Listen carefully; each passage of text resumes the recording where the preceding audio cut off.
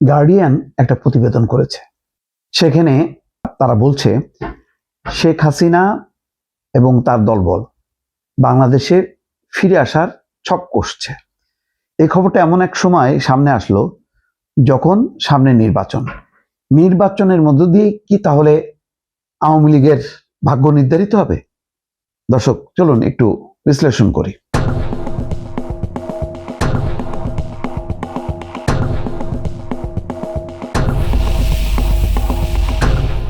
এটা সত্য যে 12ই ফেব্রুয়ারিতে বাংলাদেশের রাষ্ট্র ক্ষমতায় কে আসবে তার উপর নির্ভর করছে আওয়ামী লীগের ভাগ্য। যদি এমন শক্তি ক্ষমতায় আসে তাহলে আওয়ামী লীগের বাংলাদেশে ফিরে আসার সম্ভাবনাটা একেবারেই কমে যাবে। আর যদি এমন এক শক্তি ক্ষমতায় আসে তাহলে হয়তো একটা সম্ভাবনা জাগতে পারে এবং এটি হয়তো একটা রাজনৈতিক মধ্যস্থতায় হতে পারে। কেউ কেউ বলছেন যে শক্তি আসুক না কেন, রাজনৈতিক সরকার ক্ষমতায় আসলেই তারা প্রতিবেশী দেশ ভারতের সাথে নেগোসিয়েশন করতে বাধ্য হবে, নতুবা লম্বা সময় ধরে ভারতের সাথে রেষারেষি করে টিকে থাকা যাবে না। ইতিমধ্যে ভূ রাজনীতি পরিবর্তন হয়েছে, আমেরিকা ঘনিষ্ঠ হয়েছে ভারতের, আর বাংলাদেশ এখন ভারতের উপর বিরক্ত বা তাদেরকে আস্থায় না নিলেও আমেরিকার ব্যাপারে তাদের কিন্তু একেবারে পুরোপুরি আস্থা আছে যে আমেরিকা বাংলাদেশকে রক্ষা করবে। তো তাই যদি হয় তখন আমেরিকা আর ভারত যখন মিত্র হবে এবং বাণিজ্য চুক্তির মধ্য দিয়ে তারা কিন্তু অলরেডি মিত্রতায় পরিণত হয়েছে, এই মিত্রতা শুধু বাণিজ্যের মধ্যে সীমাবদ্ধ থাকবে না, এর একটা রাজনৈতিক দিকও উন্মোচিত হবে। সেই ঘনিষ্ঠতা যত বাড়বে আওয়ামী লীগের বাংলাদেশে ফিরে আসার সম্ভাবনা জাগ্রত হবে। জামাত যদি চরম আওয়ামী লীগ বিরোধীও হয়, জামাত আমেরিকাকে উপেক্ষা করতে পারবে না, জামাত ভারতকে উপেক্ষা করতে পারবে না। অনেকে বলেন তলে তলে ভারতের কূটনীতিকদের সাথে আলোচনা হয়েছে, ভারতের প্রজাতন্ত্র দিবস উপলক্ষে জামাতের নেতারা গেছেন এবং ভারতের কূটনীতিকরা জামাতের আমিরের অসুস্থতার সময় তার বাসায় এসছেন। যদিও সেই ঘটনা প্রকাশ করা নিয়ে একটু বেশ নাটকীয়তা দেখা গেছে, কিন্তু শেষ পর্যন্ত এটা প্রমাণিত হয়েছে ভারতের সাথে একটা যোগাযোগ ইতিমধ্যে গড়ে উঠেছে জামাতের। এখন এই যোগাযোগের যে অবস্থাটা, সেই অবস্থায় সামনে নির্বাচনে যদি জামাত ক্ষমতা আসে তাহলে কি তারা চরম ভারত বিরোধী এখন যে মনোভাব, আওয়ামী লীগ বিরোধী যে মনোভাব, সেটা কি রাখতে পারবে?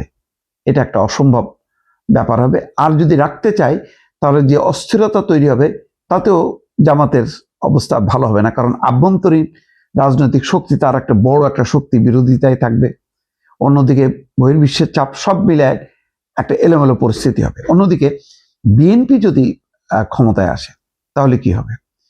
বিএনপি ক্ষমতায় আসলে যেটা হবে সেটা হলো, বিএনপি তুলনামূলকভাবে তারা মনে করছে যে, কেউ কেউ বলেন, এটা তারা বলছে, আমি এটা বলবো না, কেউ কেউ মনে করেন জামাতের যে ধরনের উত্থান ঘটছে, যে ধরনের আগ্রাসী মনোভাব, এটাকে হ্রাস টানতে গেলে বিএনপির একার পক্ষে সম্ভব না।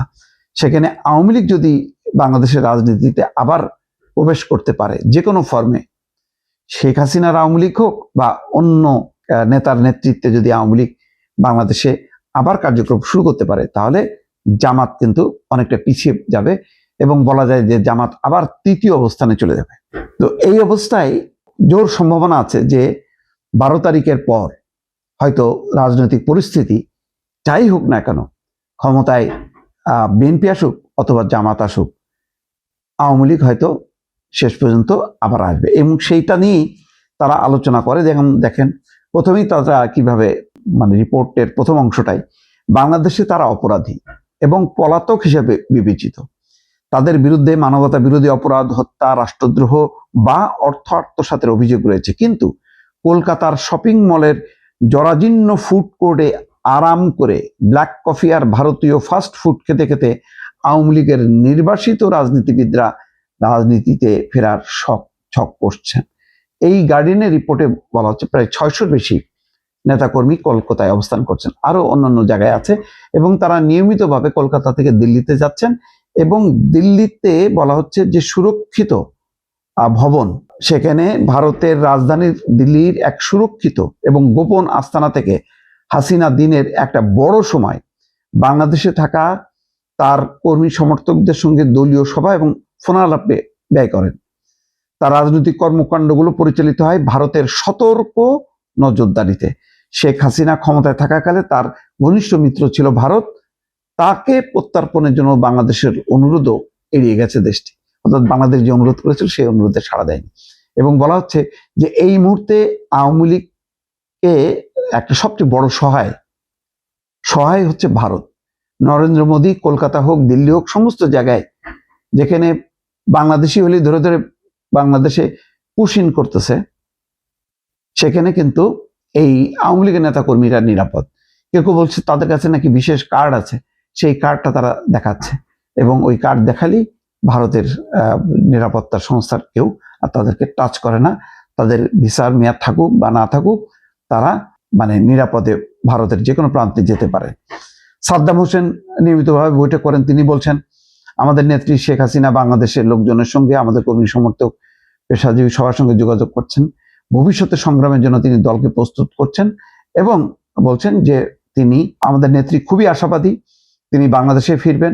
আমরা বিশ্বাস করি শেখ হাসিনা বীরের বেশে ফিরবেন।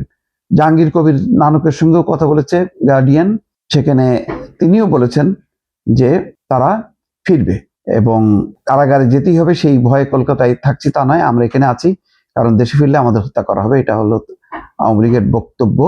গার্ডিয়ান একটা বিস্তারিত পটভূমি তুলে ধরেছে। মোট কথা, আওয়ামী লীগও এখন অপেক্ষা আছে 12 তারিখে। এই কারণে 12 তারিখ নির্বাচনে তারা আনুষ্ঠানিকভাবে অংশ নেবে না, কিন্তু এই নির্বাচনটা হোক, বিএনপি বা জামাত ক্ষমতায় আসলে তাদের সাথে ভারত দর কষাকষি করে আওয়ামী লীগের একটা ব্যবস্থা করবে, এরকম একটা অপেক্ষায় তারা এখন দিন গুনছেন। দর্শক।